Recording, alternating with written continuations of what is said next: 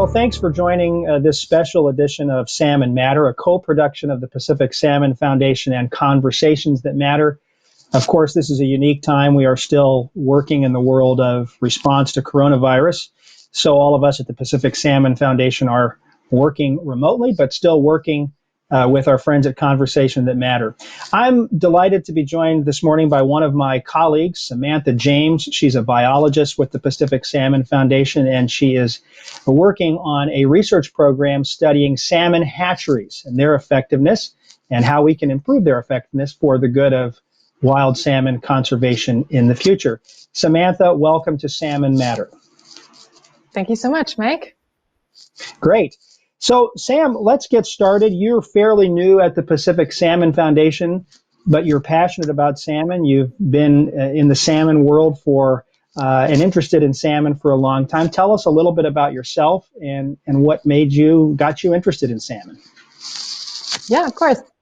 So I grew up on the North Shore, and so salmon have been a big part of my life since I was a kid. And, we had the Stream of Dreams and the salmon in the classroom program and painting salmon next to storm drains, all of those things. So definitely grown up with an appreciation for salmon. And it wasn't until many years later, though, when I finished my bachelor's degree at UBC and found myself as a research assistant for someone doing research up in Rivers Inlet on the Central Coast, that I really fell in love with salmon and realized what a fundamental part of life in BC they are. And so it was up there in Rivers Inlet that I decided I was going to pursue a master's at UBC, and I studied juvenile salmon there. And it was there that I actually met Isabel Pearsall, who's our coordinator for the Salish Sea Survival Program, and was really impressed with her and the work that she's been doing for the Pacific Salmon Foundation, coordinating some really important work throughout the Salish Sea. And it was from there that I decided that was the type of work that I wanted to do for salmon to really make a difference. So when I was finishing my master's was last summer, and that was the same time that the Pacific Salmon Foundation received funding to do this hatchery review. And so I leapt in to get involved. It was a great opportunity for me to continue to do salmon research in a way that I felt would have the greatest impact for salmon. And working for the Pacific Salmon Foundation was the dream job. So I'm really happy to be here and to be a part of the team. Well, we're happy to have you. And it's cool to hear about your connection through schools with Stream of Dreams, Salmon in the Classroom, because that's, of course, a program that our community salmon program funds for many years with the support of the Salmon Conservation Stamp and our many donors. So nice to see that linkage through your life, and now that you're working with PSF. So, Sam, help us understand, what is a salmon hatchery? How do they operate? How many of them are there? Give us some context about salmon hatcheries in British Columbia. So salmon hatcheries are facilities that are designed to support and augment wild populations of salmon. So they're built on rivers where they can collect salmon as they're returning to the rivers to spawn as adults, and they collect eggs from the females and milk from the males, and they're able to incubate the eggs and rear the young in a facility with the goal of increasing survival in that freshwater life stage. The fish are then released into the river, and they live out the rest of their lives as they would in the ocean before they come back to those rivers to spawn again. So the hope for hatcheries is that they're able to increase survival and have more fish coming back to the rivers. So they can have a few different objectives. You have hatcheries for conservation, some are supporting fisheries. There's actually a huge number in BC. I think we have about 170 hatcheries. Of these, about 23 are major Fisheries and Oceans Canada facilities, but many of them are community hatcheries, and we have several small-scale volunteer-run facilities that are also doing some really amazing work. We have all species of salmon being reared in these facilities, pink, chum, sockeye, all of them. And then hatcheries aren't just unique to Canada. I should say that as well. So we release fish here in BC, but there's fish also being released from all countries around the North Pacific. So from the US, Russia, Korea, Japan as well. Okay, great. And again, the linkage to the community salmon program, many of these community hatcheries, the Pacific Salmon Foundation has been supporting as well through the years. And these are locations for lots of volunteer activity in the communities, bringing school groups out to learn about the salmon life cycle. Mm-hmm. So I think it's wonderful that you have a chance to be influencing both the big facilities that DFO runs, but also our community hatcheries. So give us a sense. Thank you for that context. Give us a sense, Sam, of the significance of hatcheries relative to, what's going on with the state of salmon and the larger environmental issues. We hear a lot about orca whales, and we certainly know about the declines in some of our salmon stocks, Chinook and sockeye and the Fraser, of course. So give us a sense of, what are the key issues relative to the significance of hatcheries? Right. Well, yes, the salmon story is one that we're hearing a lot more about these days. And as you mentioned, there's issues around killer whales, restrictions for fisheries, enclosures. There's been growing concerns really since the population started to decline in the early 90s. And we haven't seen them recover. And there's a lot of uncertainty as to what's driving those declines. But with fishing restrictions and concerns about trophic interactions, relationships between predators and prey in the ecosystem, like you mentioned, killer whales, or even how this is going to change as oceans are warming, the opportunity for enhancement facilities to support fisheries and potentially conserve stocks that are at risk is really, really important.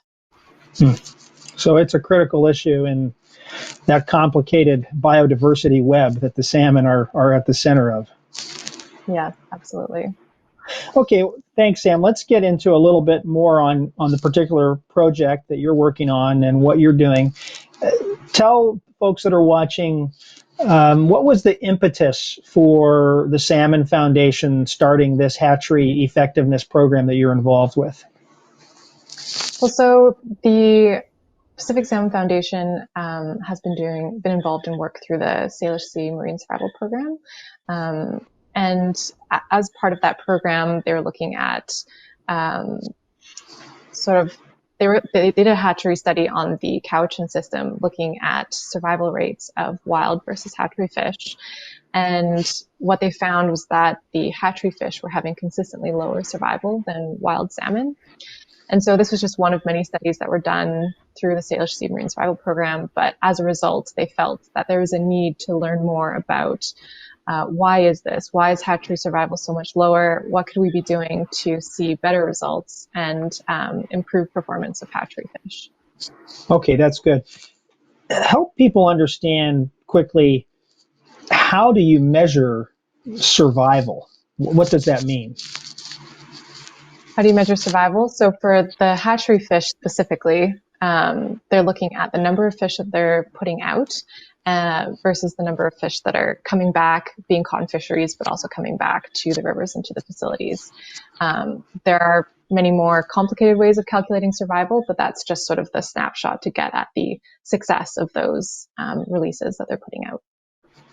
And this, of course, is one of the challenges of studying salmon is there are many different species. They each have different life cycles in terms of how long their life cycle is. So all of this takes a long period of time to do. It's not just done in a summer. It takes years, and we're in the midst of that. Yes. Yeah, so for coho, they go out and they'll typically spend 1 or 2 years in the ocean. They'll come back usually as 3-year-olds, whereas for Chinook, as you were saying, they can come back as 3, 4, 5-year-olds, 6-year-olds even, very rarely. So it's a bit more complicated as you look at many different species. Yeah, and part of the way we're able to do this better is through technological advances, tagging fish. Tell us a little bit about what that means. Well, so as I was mentioning in the Cowichan study that the the Salish Sea Marine Survival Program was doing, they were able to use pit tags to track fish and track their movements and survival. And so pit tags are really small electronic tags that you can insert into a fish, which then allow us to track their movements, and they can be detected as they swim past sensors. And so using these sorts of technology, we've really been able to learn a lot more about fish movements and survival.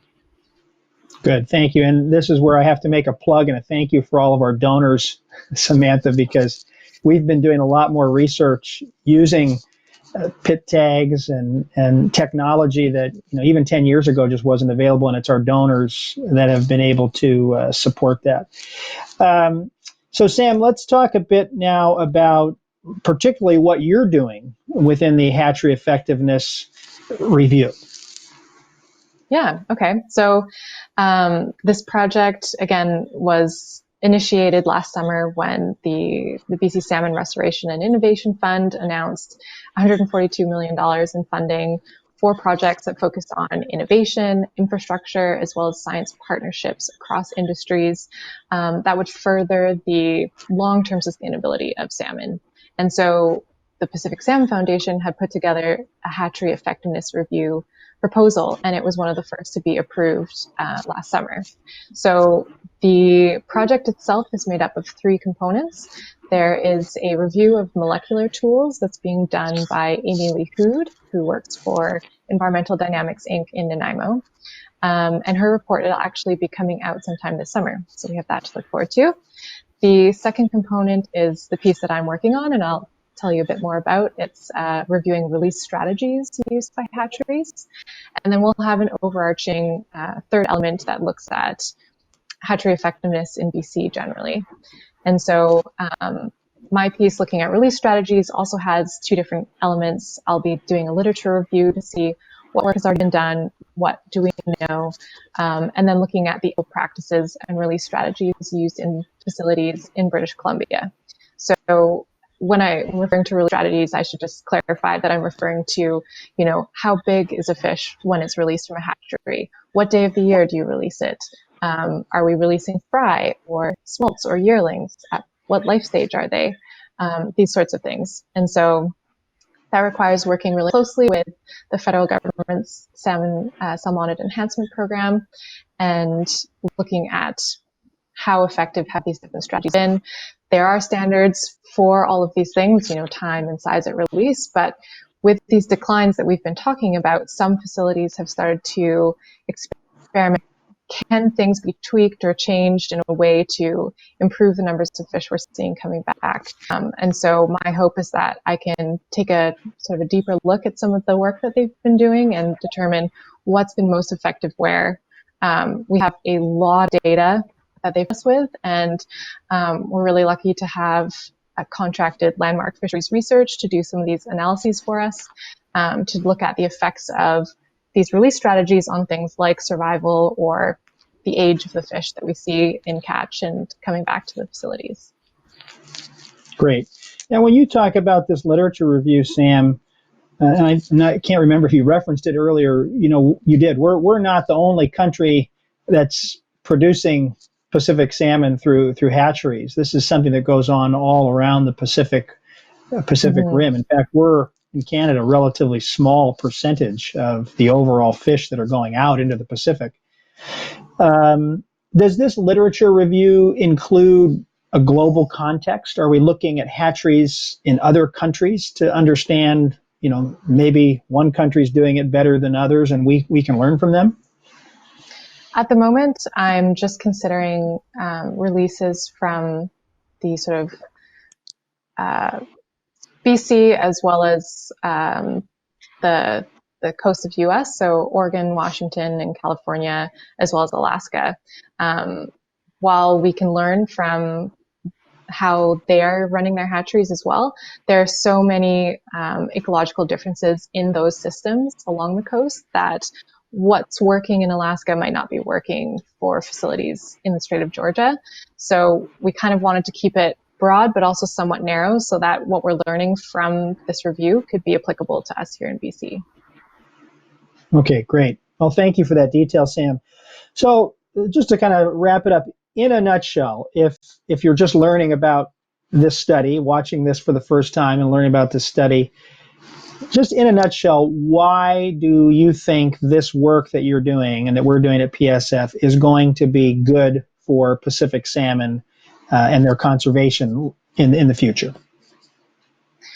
Well, Mike, I'm sure you've heard salmon referred to as the lifeblood, keystone species. I mean, they're so important to people in British Columbia and really throughout the Pacific Northwest, to people's cultures, to the ecosystems, and to our economies. A lot of people, for a lot of people, salmon is a way of life. And so the fact that they've been in decline for several decades now, it's really important that we try and understand what's going on and what we can do, what's actually in our power to do to improve things for Pacific salmon. And so salmon enhancement is just one tool that we can use to support wild salmon. And they currently are putting out about 300 million fish every year, 300 million salmon. And there's a lot of investment going into those fish that are going out. And we want to make sure that we actually take the time to stop and ask these questions of how effective is enhancement in BC? Are we reaching our objectives? Is there anything else we could be doing differently? What have we learned so far? And how can we adapt what we're doing based on what we've learned to make sure that we're moving forward responsibly and with the best science at our fingertips? So this is an amazing opportunity to work together and to really learn what's been done and develop best practices moving forward. And to date, there has not been a review of hatchery effectiveness to this scale. So it's really exciting to start seeing the data come together. And it's a really incredible opportunity to learn and to optimize hatcheries and increase their effectiveness.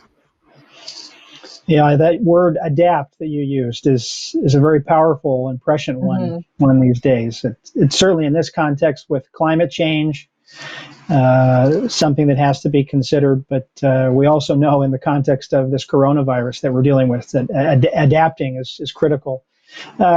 Give us a sense, Sam, how are you in your work with this project adapting in this context we are in with coronavirus? Is the project continuing in earnest? Are there things that aren't happening? What's happening and what's not happening, I guess? Yes, well, fortunately, there's a lot happening for this project. We are in a position where we can be working remotely and doing our data analyses and still communicating with hatcheries, although ideally, we'd like to be going out to these hatcheries in person, and we were able to visit some hatcheries before the shutdown, but unfortunately, we can't do those visits anymore. I'm hoping that once their busy season passes, which right now they're busy with tagging and getting ready for releasing in the spring. Once that passes, we'll be able to continue these conversations with hatchery managers. But in the meantime, we're busy, crunch and hard at work. So keeping busy. That's great to hear. Sam, anything I missed? Anything else you want to say about the work that you're doing and the project? I'd just say, if people are interested in learning more about the project, or, if they have any suggestions, definitely get in touch with Pacific Salmon Foundation. We're very happy to talk about it and to collaborate with different groups. So, happy to share what we're doing and very much looking forward to sharing the results from this work a year from now. So thank you.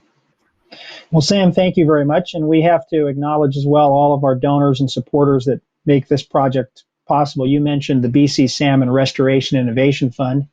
That's a big investment from the province of British Columbia and the federal government that is supporting good research projects like yours, also habitat restoration projects that are going on. And I appreciate you mentioning salmon as the lifeblood species, because we have made the commitment to look at everything from an ecosystem-based perspective, and there are so many levers that we have to push and pull for the good of salmon: habitat, water, in the context of climate change, and then the hatcheries program that we've invested so much in Canada over the many years that we've been doing this. So thanks for tying all of this up for us, and we'll look forward to hearing more about results in the future. And I Mm-hmm. think we'll wrap up this edition of Salmon Matter. And again, thank you very much, Samantha James, for joining us today. Yeah, thanks for the opportunity, Mike. It's been a pleasure. Okay, great. And for those of you out there watching, stay tuned. We'll have more of these special editions of Salmon Matter coming at you in the weeks to come. Until then, thank you for watching.